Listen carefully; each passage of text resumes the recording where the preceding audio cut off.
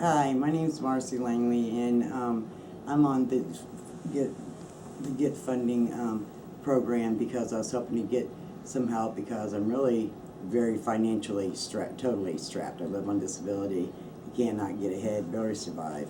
Had so many medical issues this year, between cancer, trying to get my Charcot foot fixed, and my heart messing up, and just all kinds of problems. And I can't drive right now because of my right foot, but eventually I'll be able to drive.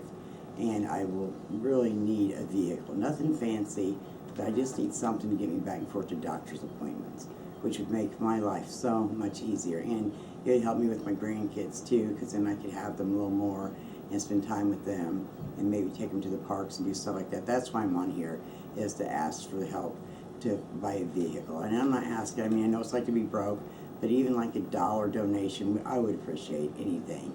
And any kind of help that you could help me with would be, I'd be grateful for. And I thank you very much, and God bless you.